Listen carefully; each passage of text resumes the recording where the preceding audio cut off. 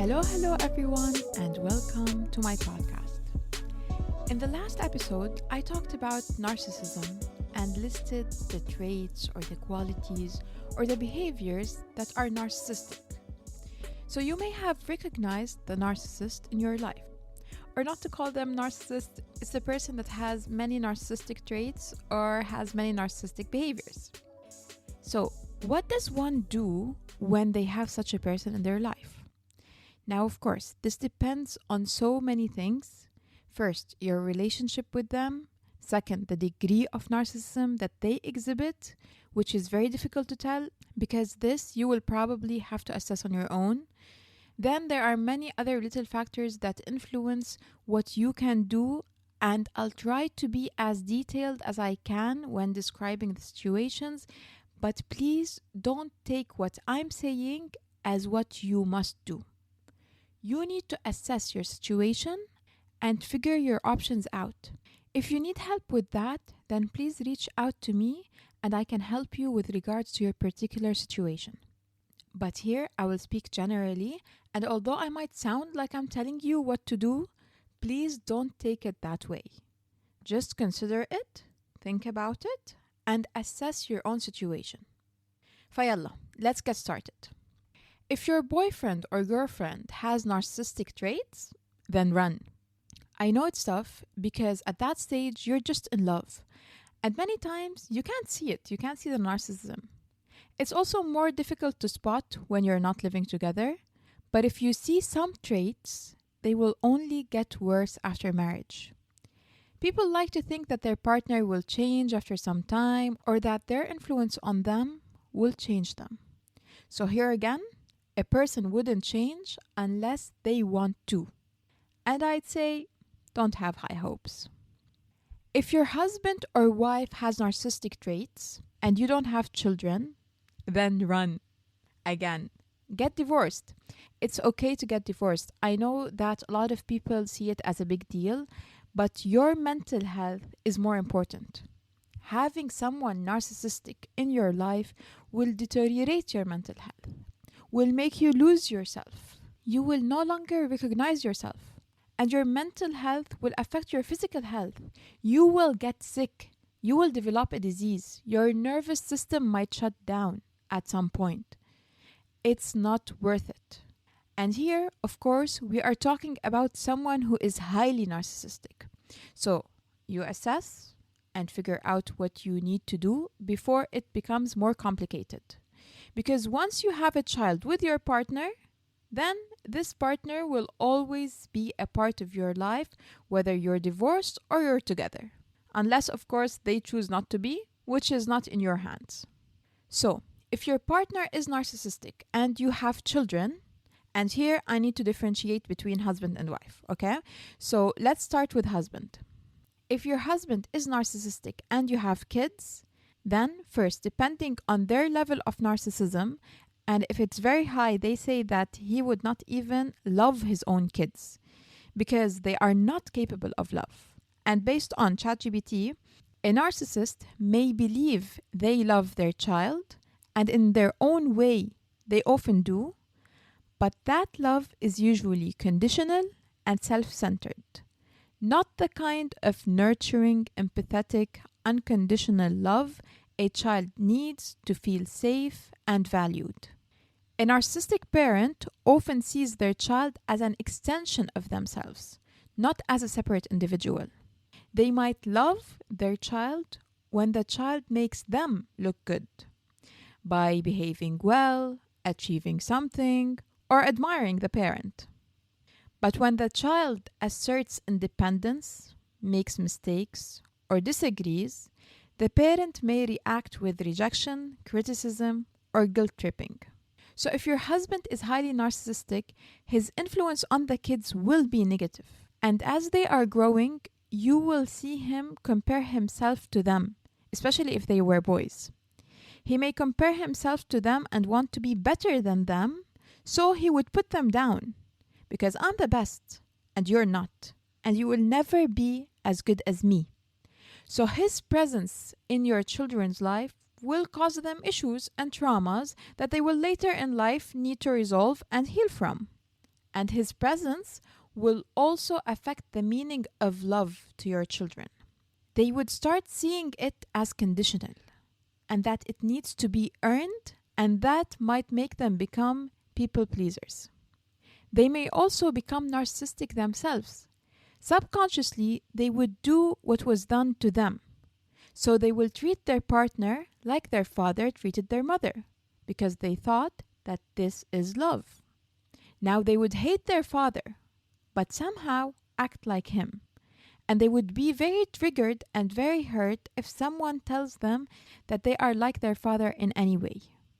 Now, his presence has many negative effects. These are just some of them. And also, on the other hand, if you decide to leave and he decides not to be in your life or in the kid's life because of his ego or any other reason, then yes, they may develop abandonment issues. The kids may develop abandonment issues and feel like they weren't enough for their father to stay. But this is very complicated, and it also depends on their age and what they know, what they've seen, because when they are really young, they don't see the negative traits in their parents and would just take it personally, that it's their fault, that it's my fault that my parent left. So maybe I should have an episode on that specifically, because there is a lot that affect that, and also very importantly, how the mom handles the situation. But for now, things that you need to be aware of are as follows. If you will be co-parenting, and depending on the custody arrangement, but let's say the children spend the weekends with their dad, then he might be feeding them lies about you, either to bring them to his side or simply to hurt you and make your life more difficult. And you would see that effect on your children, depending also on their age, maturity, and their personality. If they are young, their behavior towards you might change. They might start talking back at you and not listening to you. If they are a bit older, they may stay silent, not to hurt you and your feelings from what is being said about you. If they are in their teen years, they might face their father to make him stop. So many different scenarios may play out depending on multiple factors. These are just some examples. Now, if custody of the kids go to the father, that's tough. This will cause a huge damage to the kids' self-esteem, personality, mental health, and development, also depending on their age. So this needs to be considered before taking a decision, but also keep in mind that on the other hand, if because the level of narcissism is so high that you as the mom, your mental and physical health is affected, then this way the child will not have a support system in both parents. You need to be okay to be there for your kids. You need to weigh both sides before you make such a decision. And of course, it's a very tough decision to make. Also, breaking the news to your narcissistic partner, if you decide to divorce, needs to be well thought of, because he might get defensive and use the kids against you, telling them in a way that is traumatizing, to guilt trip you into staying, or just to show that you are the bad person who is breaking up the family. Also, be aware, if custody goes to you, the narcissistic partner might kidnap his own kids and have them live with him, not because he wants them, but because he wants to hurt you and get revenge on you. So really be very careful and very aware. Another thing that needs to be considered is the financial aspect. Some would not want to provide for the kids and yourself just to twist your arm. So this also needs to be taken under consideration. Now, what if the husband has narcissistic traits, but he is not so high on the spectrum? Can he be an okay father? Well, it's tough to judge, because it depends on which traits he has and his self-awareness. Like, does he know of them and admits them? And is he trying to work on them and change for the better? If that's the case, then that's great. But as I mentioned in the previous episode, it's really tough to change and it takes a lot of work, and they tend to give up after they genuinely try, if they genuinely try. and they're not just manipulating you into thinking that they are trying just for you to stay. So, depending on the traits they have, the degree they have them, their self-awareness, and how willing they are to work on themselves, because some have narcissistic traits because of the way they were raised. If they had a narcissistic parent, they may turn out narcissistic, and they will need help to work on themselves, so they will need to go to therapy. And a lot of men do not accept going to therapy, especially narcissistic men, because they believe that nothing is wrong with them. If your husband is willing to go to therapy, then that's a great sign. Now, if you have no choice but to stay in the relationship, then listen till the end. I will share some ways to protect yourself from the narcissistic person's influence, which will apply to the rest of the situations that I'm mentioning, so I'm keeping it till the end. Next, if your wife is narcissistic and you have kids, this is really tough because the mom is usually the primary caregiver. The effect will be tremendous on the kids.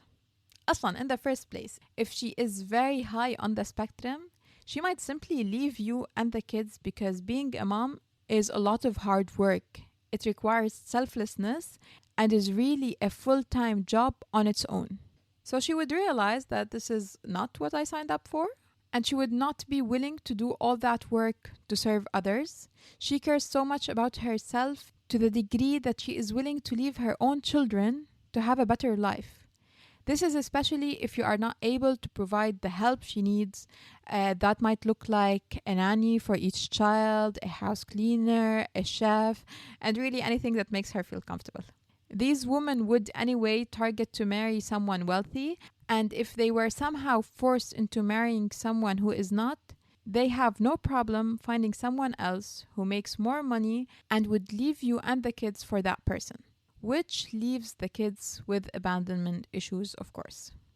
Now, if she wasn't that narcissistic to leave the kids, but she's still narcissistic and she's staying in the relationship, then the kids' self-esteem will be affected. Their definition of love will be affected because, again, it's conditional, just like with the father. When the mother is narcissistic, I believe it's even worse on the kids because the mother's role is bigger, even if she is a working mom. It really causes a lot of damage. And as her daughters are growing up, she would also compare herself to them and not be happy if someone told her that her daughter is prettier than her, for example. She would actually envy her daughter and she would put her down. If you decide to leave her, you also need to be aware of how to break the news so that the kids don't take the hit. And you would want custody of the kids if she's highly narcissistic. But honestly, this is tougher to say because the mom's presence in the child life is so vital. So really, it's a very tough place to be in and to make such a decision. Next is having a narcissistic parent. So here I'm talking about an adult who can do something about having a narcissistic parent, not a child. Okay? So when your parent is highly narcissistic, you will end up not too close to them. Not close emotionally and sometimes physically, like you would be in another country or city, and also your phone calls will be limited because you need to protect yourself from them, and that's fine. I know that sometimes you would feel guilty about that because religion advises us to take care of our parents. So it's tough to be intentionally distant. So I would say do what you can by them without having it hurt you. So find the balance that works for you here. Some people decide to go to no contact completely, which is one of the ways that I will talk about. But when it's with family, it's difficult to implement and many times not sustainable. But if you see it as the only way, then go for it. There is also a podcast episode that I recently listened to by the Women's Podcast. The episode is called Narcissistic Mothers, How to Handle One and How to Heal. So if you are a woman and your mom is narcissistic, I highly recommend you listen to it. And then there are narcissistic managers and colleagues. Of course, having a narcissistic manager is worse than having a narcissistic colleague. Having a horrible boss, whether narcissistic or not, really affects your mental well-being because many spend more time at work than at home. So really, if your manager is highly narcissistic, then find another job. I know there is no guarantee that the new manager will not be highly narcissistic, but honestly, it's worth the shot. Because also a narcissistic manager will limit your career growth. So really, you need to do something about it. But other than that, you can use the upcoming ways that I will be mentioning in a bit. And finally, there are the narcissistic friends. Friends are the easiest to cut out of your life. So if you recognize high narcissism in a friend of yours, then it's recommended to put your mental health first and to cut ties. Of course, you decide, and also it again depends on the narcissistic traits and the degree of each. I recently listened to a story about a narcissistic lady who drowned her friend in debt. One would be shocked, like how? How can someone be so naive to trust someone like that? But when you listen to the story, you would understand how manipulation can get you to do things for someone who you trusted. And yes, she trusted her. I heard the story on the podcast Navigating Narcissism. It's the first episode and it's called A Fake Heiress But a True Narcissist with Rachel DeRochi Williams. So here you can see how harmful a friendship with a narcissist can be. Alright, so I'm done with the different people that can be narcissists in one's life, at least the major ones. Now, let's go into protecting yourself from them and their influence if you are not able to leave that relationship. And again, if you're able to leave, considering everything that I've mentioned today, then please do. Other than that, here are the 8 ways. 1. Awareness. Awareness is your first line of defense. You really need to educate yourself on the topic to understand what they are doing. Narcissists thrive in confusion. They twist facts, deny what happened, and make you question yourself. Gaslighting, okay? And many other manipulative techniques that I've mentioned in the last episode, and I'm sure that there's still more. Once you see the pattern and name it, you take back your power. You stop trying to fix them and start focusing on what you can control. Your boundaries, your reactions, and your peace. So do your research, read books, listen to podcasts, use everything at your disposal. Use ChatGPT. If you tell it your story and ask it what the narcissist might do next, it will tell you. But also read on the topic because you don't know what you don't know, so books can provide you with great insight. And also maybe you don't want to share that much with the internet, so books, very important. 2. Limit contact or go no contact if needed. So I've mentioned this a bit before. So if this person has to be in your life, if you're not able to divorce them or you have kids together, so you need to co-parent, or if you're related to them or you can't quit just yet, then limit your contact with them as much as you can. Only communicate when necessary and keep it factual and brief. Don't share much about yourself. Any information shared can be used against you in some way. Think gray rock. Be as uninteresting and unemotional as a gray rock. And that's the 3rd way. The gray rock method or the yellow rock method. Its main goal is to make you as uninteresting and emotionally unresponsive as possible. So the other person loses interest in engaging with you or controlling you. Why is it called gray rock? Because you aim to become like a dull, emotionless gray rock, offering no emotional reaction, drama, or energy for the manipulative person to feed on. Narcissists and emotional abusers often thrive on attention, reactions, and emotional intensity. When they no longer get that from you, they become frustrated and may eventually back off or move on to other targets. How do you use this gray rock method? Well, you would need to keep your responses short and neutral. Stick to one word or very simple answers like yes, no, I'm not sure. Avoid adding explanations or emotions. 2.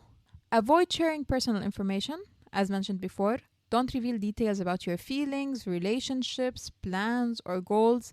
That's fuel for the manipulation. Keep conversation factual and surface leveled. Maintain a calm and emotionless tone. Don't defend, justify, or argue. Stay composed, even if they provoke you or twist your words. Also, have an emotional outlet elsewhere. I'll talk about this some more later.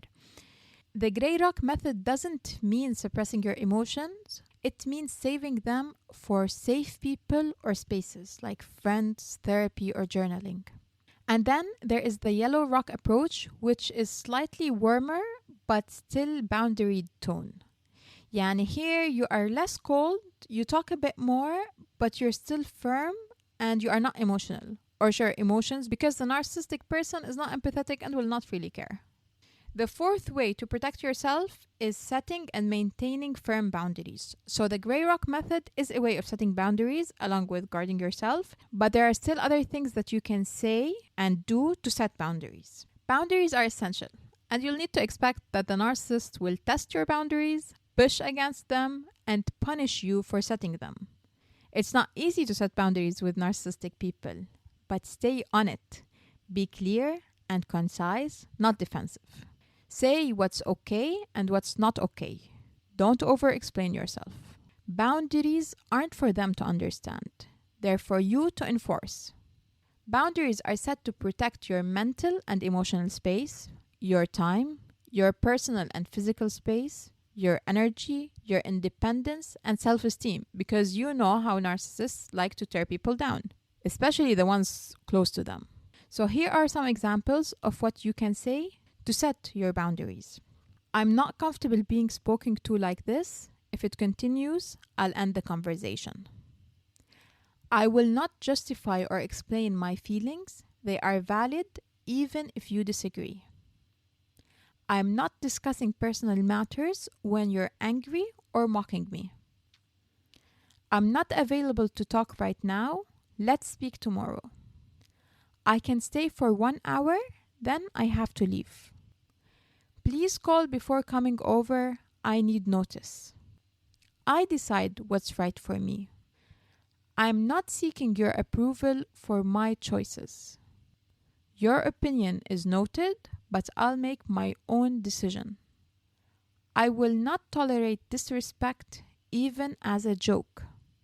So your responses are short, clear, and assertive. And I want to add here, please don't be this tough with people who are not narcissistic. You can be assertive and it's your right to set boundaries with anyone in your life, but depending on the person and their personalities, you can adjust your niceness and kindness. And by the way, I know that for nice and kind people, this is very tough to do. It drains you because this is not in your nature. But you need to do it for your peace of mind, and you'll get better at it with practice. So be patient with yourself and really practice it. 5. Don't feed their ego.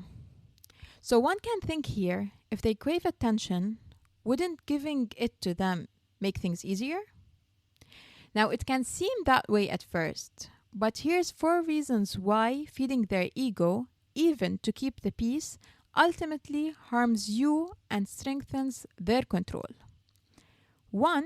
Feeding their ego reinforces their behavior. When you give a narcissist the admiration, validation, or attention they crave, they learn that if I act this way, I will get what I want. Like children, yani. So every time you soothe their ego after they lash out or manipulate, you're unintentionally rewarding the behavior, like reinforcing a pattern in a child. They begin to associate control and chaos with reward and attention. This means the cycles of manipulation, guilt, and trauma continue and usually get worse. 2. Attention becomes their currency of control. To a narcissist, attention equals power. It doesn't matter whether that attention is positive, like from praise, or negative from arguments and emotional reactions. Yani imagine they don't mind triggering you and fighting with you just to get the attention and know that you still care. You know, you still care about them, and that's why you have this kind of emotional reaction. It's very messed up. The more you react emotionally, the more control they feel they have over you. They feed off of the energy you give them. When you argue, explain yourself, or try to make them understand your feelings, you're still giving them what they want, which is your emotional investment. And once they have your emotions, they can twist them to reassert dominance through guilt, gaslighting, and self-victimization, playing the victim card. 3, their ego is like a bottomless pit. No amount of reassurance or admiration will ever fill it. You might calm them temporarily, but soon they'll need more. They don't internalize love or validation. They consume it. That's why people often describe relationships with narcissists as emotionally draining. You're constantly pouring energy into a void that never gives back. 4, giving them attention trains you to walk on eggshells.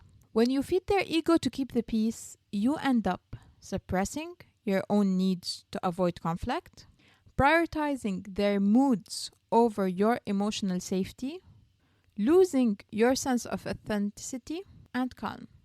It becomes a cycle of appease, temporarily calm, new demand, appease again, and over time, your self-esteem erodes and diminishes. So these were the reasons why not to feed their ego. And another way to protect yourself is 6, stop seeking their approval. This is a big one. Narcissists condition you to keep trying to earn their love, validation, or respect. But you'll never win that game because the rules always change. So start validating yourself instead. Notice when you're seeking their reaction and remind yourself, I don't need their approval to know my worth. 7, reconnect with yourself. Narcissists slowly erode your confidence and sense of reality. You really lose yourself when you have a narcissist in your life, and especially if it's your partner, not only because of their behavior, but also because of the person you need to act as to protect yourself against them. I'm well aware that when you set these boundaries that we talked about, when you have to talk less, when you can't show your emotions and be yourself, then you will slowly lose yourself. Like, who am I anymore? Rebuilding that means reconnecting with your body, your intuition, and support network. So journal, meditate, talk to trusted friends. Make sure that you surround yourselves with people who you can be yourself around so that you don't forget who you are. And make sure that you meet them enough. As I said in the previous episode, a narcissist would slowly pull you away from the people you love and care about. So once you're aware of the narcissism, make sure to reconnect with those people or find new ones who understand what you're going through, which is our last point. 8, seek support. You can't outthink a narcissist alone. Find a therapist or support group that understands narcissistic abuse and trauma bonding. Having someone mirror back your reality helps you heal and stay grounded. So find support groups that are in your city or even online. It really helps to find people who are going through what you're going through or have already been what you're going through and can advise you or raise your awareness on things that you're not aware of. Please take care of yourself. When you have a narcissist in your life, you really need to take care of your mental and emotional health, which directly influence your physical health as well. You need to be okay to be there for the people that need you, whether it's your children or anyone around you that requires your love and support. So take it seriously and really put yourself first. That's it for me today. I hope that you found this episode helpful in dealing and protecting yourself from the narcissist in your life. And if you have any questions or need someone to talk to, don't hesitate to reach out. ويلا, see you next time.